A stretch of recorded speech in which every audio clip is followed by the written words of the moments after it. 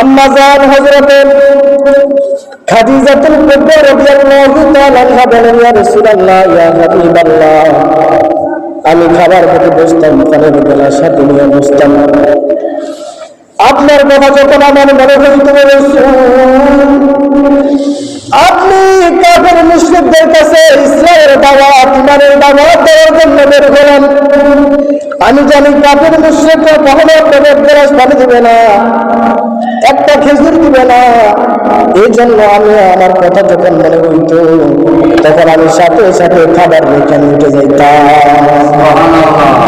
রাসূল পাক সাল্লাল্লাহু আলাইহি সাল্লাম বলেন, কোন ব্যক্তি যদি তোমাদের কাছে তিনটা জিনিস চায়, কখনো ফিরাবে না। কয়টা জিনিস? জোরে বলেন। তিনটা জিনিস যদি কখনো তোমাদের কাছে কেউ চায়, কখনো ফিরাবে না। এক নম্বর হচ্ছে মিনান নার, আগুন। যদি কেউ তোমাদের কাছে আগুন চায়, তাহলে তুমি তাকে আগুন দিবা। কি দিবা? আগুন দিবা। এটা কখনো কাউকে ফিরাবেন না। রাসূল বলেন, এই আগুন দ্বারা এই ব্যক্তি যতটুকু খানা রান্না করবে, আবার বিড়ি সিগারেটের জন্য না। কিসের জন্য না? বিড়ি সিগারেট কি সুন্দর টানে, আর না কিনে কিভাবে যে চায়, হায় হায়, লেট্রিনের মধ্যে পর্যন্ত বসে বসে টানে।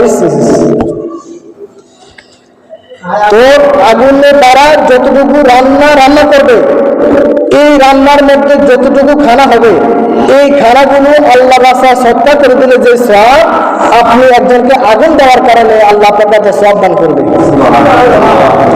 দুই নম্বর হচ্ছে ওয়াল মিলহু, লবণ। কেউ যদি তোমাদের কাছে লবণ চায়, নুন চায়, তাহলে কখনো তাদেরকে খালি হাতে ফিরাইয়া না। নুনের দাম কি বেশি নেই? নুনের দাম কিন্তু কম আছে।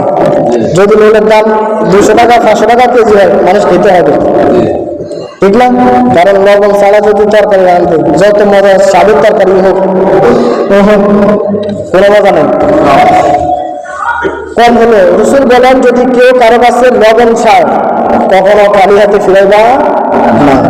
তিন নম্বর হচ্ছে, যদি কেউ তোমাদের কাছে ওয়াল মা, যদি কেউ তোমাদের কাছে পানি চায়, তাহলে তোমরা কখনো তাদেরকে ফিরাইবা না। কষ্ট হলে তাদেরকে পানি দাও, কষ্ট হলে তাদেরকে আগুনের ব্যবস্থা করে দাও, কষ্ট হলে তাদেরকে লবণ দাও।